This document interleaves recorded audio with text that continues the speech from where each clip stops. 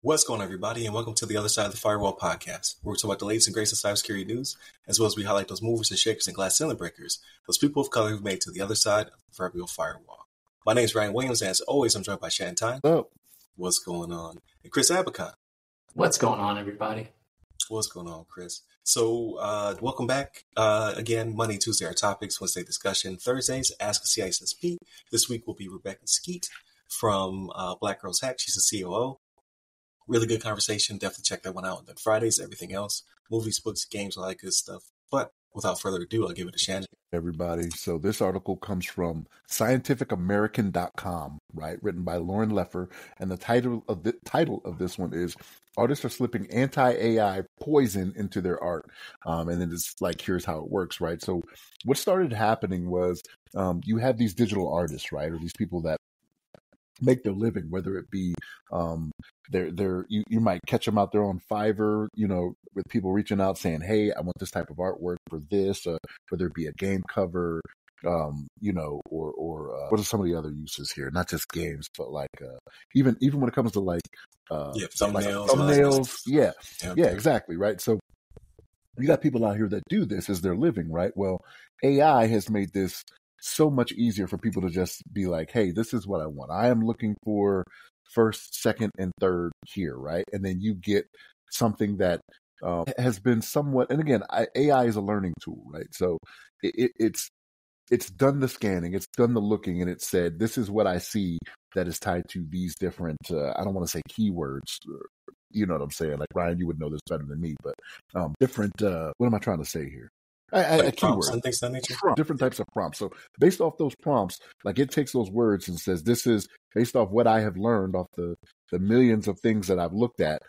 This is what I think you're looking for. And some of these artists, they're feeling pressure, right? Because you get these AI generated images that come out and it's very similar to what they're putting out, right? So what started happening is they have these poisoning tools, right? So Nightshade was the name of one of them. Glaze is the name of another, to where they can do these things. They can do these things where they can create these images that poison the AI. So where it sees them, and it only takes it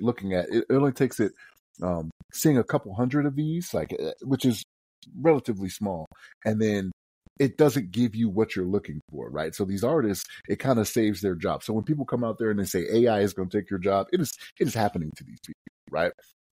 But this poisoning makes it to where AI can't generate exactly what people are prompting it for, right? So Glaze and Nightshade, what they do is it's a little bit of like optical illusions that you put, when you create things to where it looks at it and it can't necessarily decipher, right? Now, this is not a long-term solution. Right, not a long-term solution, and I'm kind of conflicted on how I feel about this. Right, so you know me, right? Like I'm not on social media, I'm not out there in all the things that are current. Right, I'm not as much into the AI as Ryan is, but I'm kind of conflicted because it is costing people jobs, and there are people that are, spending a lot of money to go to school and learn these skills too, right? Like these digital designers and things like that. They're putting money into this, and their livelihood is being taken away from them in a short amount of time, right? Like we've talked about this, about how you got the AI that's just exponentially getting better at what it does.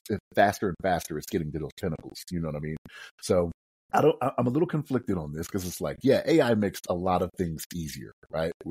Which is good and is kind of what we as humans ask for, right? But these people that are losing their jobs, I feel for them.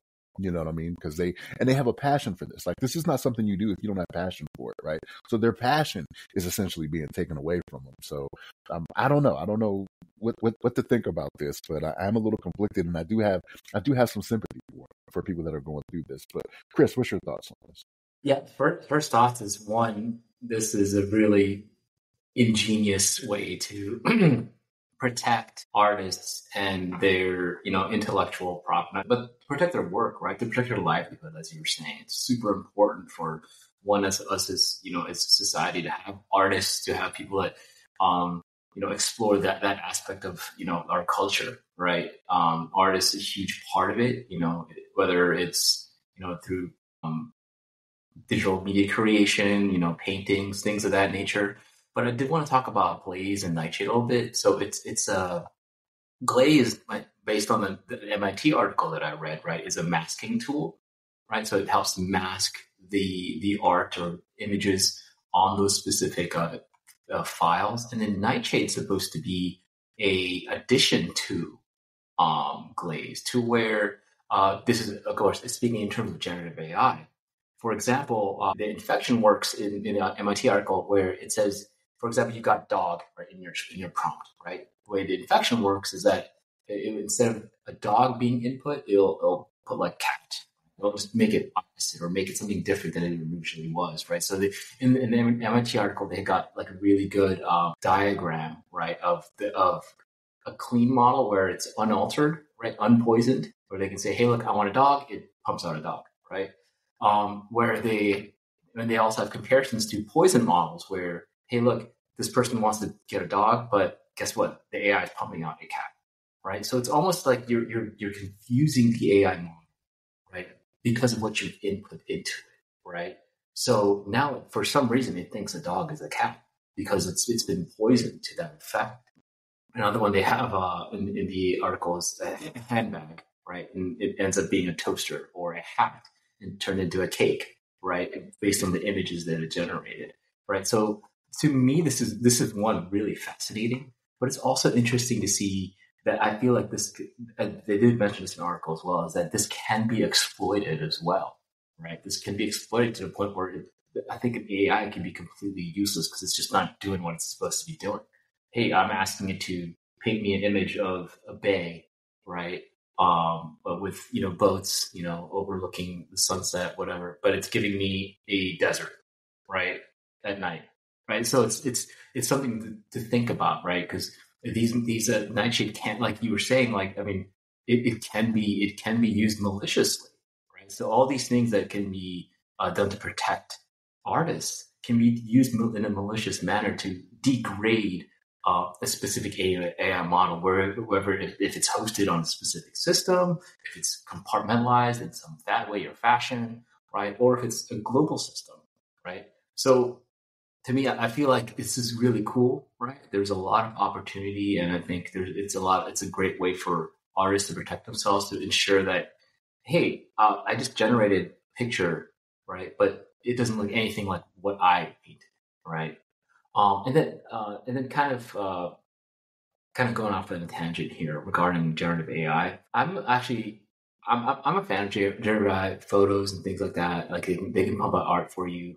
But to me, I think a lot of generative AI, I think most of us can tell that, hey, look, that's a Midjourney photo, right? That's a DALL-E photo, or that's one from this specific model, because they themselves have a specific art signature, right? If you put all those, portraits of, what's an example, NFL players as villains or something like that, right? Or you put NFL teams as anime characters, you're going to realize like a lot of the shading, a lot of the contrast, a lot of the way that they shape the faces, they kind of look the same. So in its own sense, these generative AI models are their own little artists, right? So from just to kind of give hope to the artists out there, I think artists is so unique to an individual that I really don't think, unless it's a one-for-one copy, that an AI at this point in time can really recreate it, right? To the discerning artist eye. I always think that they all look the same, right? They all have the same shade. They all have the same little shadows. You can tell when it's an AI photo nowadays, right? At least art side. But for altered photos, like people, I think there is still more to be done on that. But, those are kind of my first thoughts on generative AI. So you're right? Like it's getting to a point where it's like, yeah, I can tell that is some type of generative AI photo, right? But like, and they even mentioned this in the article, right? Like this is going to be short term. Like there's going to be a point where this will not be as big an issue as it is right now, right? But to your point, wouldn't you just have to prompt it like, hey, do less shading on, the left side, right side, whatever that signature is that you're talking about, which is true. You could just prompt it to not have that anymore, and then you won't have it, right? Like True, that's true. the point of generative AI. So we are like, even though this is something now to where it is helping these digital designers and things of that nature, or different artists, that point, it is going to overcome that, right? Like we said, like we are getting to that pinnacle. That new pinnacle is happening like every week, it seems like. Now it can do this. Now ChatGPT, this version does this. Now, you know what I mean? Like we're getting to it very fast, and it's only a matter of time, right?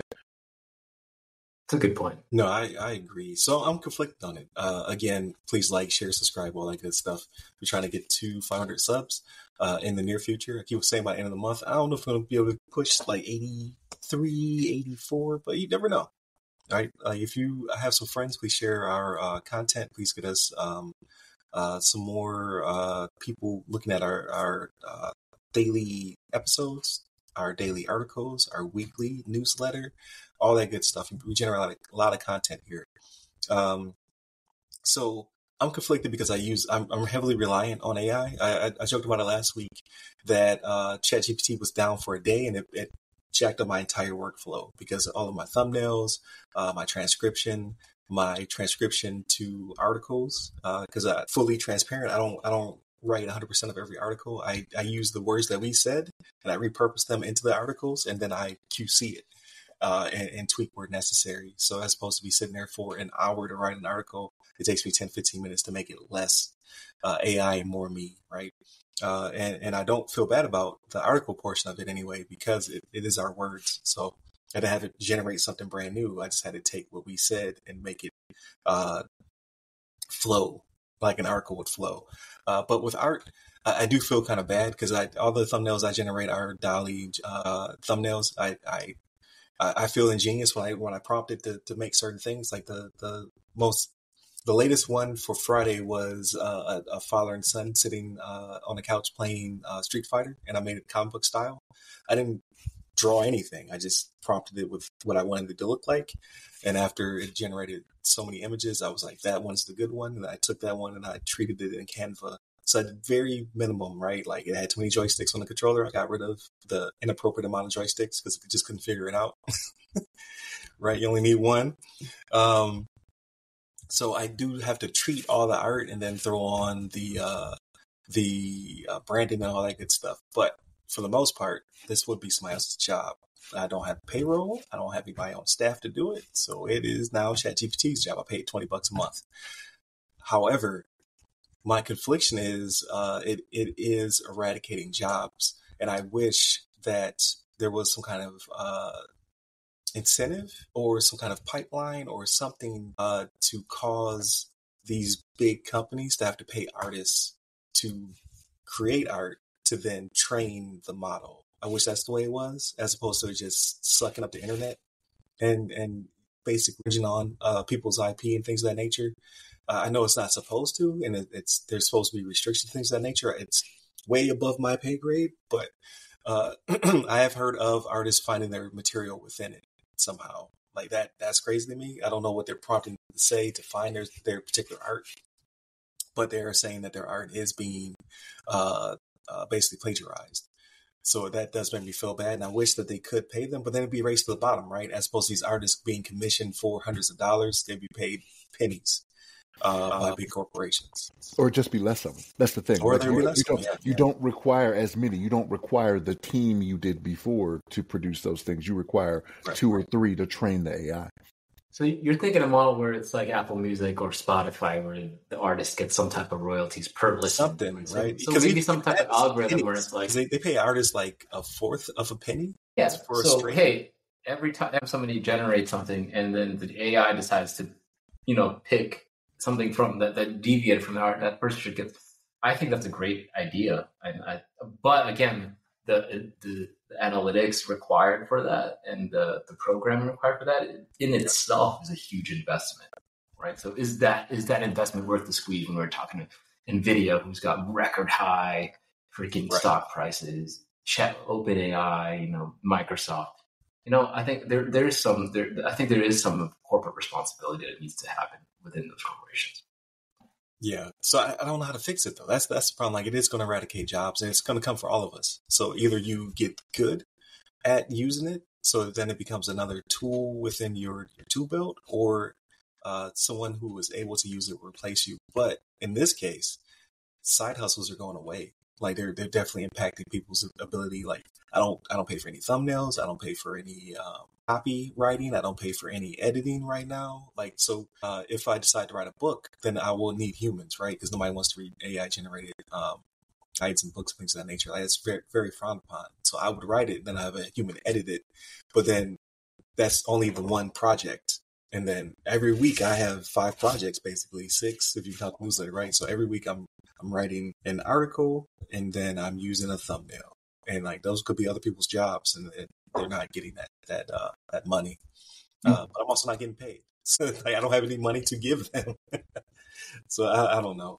Like maybe if this was a situation where I had sponsorship and marketing and all that stuff, I would hire somebody to get on staff, because human art is always going to be better than AI art, in my opinion, at least for the foreseeable future. Because, like you said, it's all stylized, and I think on purpose, it's meant to not look as good as an artist's material would, or else it would already be there. Because every week, like, AI gets better and better, so it should already be. It's just so perfect in the way it delivers something, and I think part of the art is that imperfection that can create that, it can create that emotion where, hey, look, this is an amazing piece of work, right? And I don't get that same feeling with some of the AI stuff that I've seen.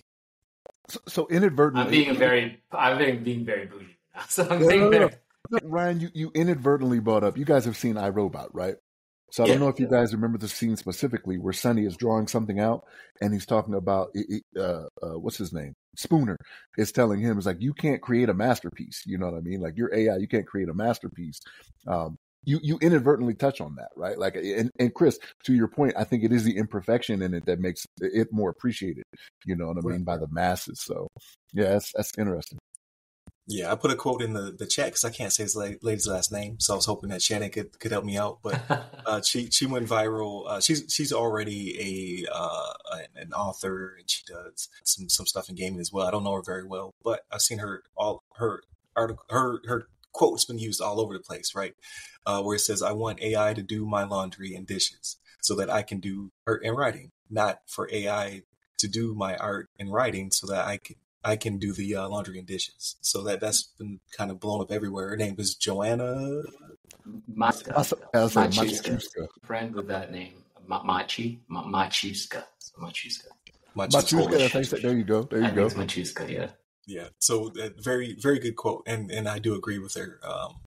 And man, so it really is. It's really hurting people in the arts. However, I still am optimistic where I think those people will be way more capable of engineering prompts and design than us laymen, right? Like for me, I'm not an artist. I'm not a photographer. I can get AI to make these things with my very rudimentary prompts, right? But someone who understands how to film a shot, someone who understands art and how to break it down by line and composition and all that other shading, all that, they should be able to make way better than I can. So there's hope in that, but then you're still taking the art away from the artist. Like now they're not able to sit there and craft. They're basically feeding it to the machine's craft. So that's unfortunate. I think that's the way we're going. I don't know what 2025 looks like, because 2024 is already off the rails when it comes to AI and what it's capable of doing. So I have no clue. Like at the end of the year, Apple Intelligence will be in everybody's iOS device. So I put my hands up. I don't know. I don't know what to do for these people, unfortunately, because it is going to kill the side hustle. Because I don't think anybody's going to commission an AI to make them a work of art to put in their home. That is of quality and expense, right? Like I may, because I'm going to go to the whatever TJ Maxx or the Ross to pick up something. I won't. My wife will kill me. But if I was a dude with a bachelor pad, I would ask AI to make me the portrait where I'm sitting in the chair. You know what I'm talking about? The Game of Thrones, I'm God portrait. Yeah, I got you. I would, but so for somebody of health, that's not going to be good enough for them. So it still will commission the artist, in my opinion. So I don't know. We'll see what the future holds for this one. But I'm not going to stop what I'm currently doing However, if I ever do get to a point where this thing starts to generate revenue, then yeah, I would hire somebody because I would rather have their art for the thumbnail than to have ChatGPT's. I wouldn't be frugal in that regard, but I just don't have the cap space right now. Want that signature in the bottom right number corner. one. So all right. But definitely continue to tune in throughout the week. Monday, Tuesday are topics, Wednesday discussion. Wednesday discussion like this one. And then Thursdays, Ask a CISSP. That'll be Rebecca Skeet from Black Girls Hack. She's the COO over there, and really good conversation. So definitely tune in for that one. And then Fridays, everything else, movies, books, games, all that good stuff. Hit me up on all the websites that go by my name or the website, or I'm sorry, not the website. We don't have a website. Or the podcast name. So either the other side of the firewall, the other side of the FW, or Ask CISSP. I'm at Rai Security Guy. And where can they find you, Chris? You can find me on LinkedIn under Chris Abacon. Last name is spelled A-Bacon. There it is. Stay safe. Stay secure.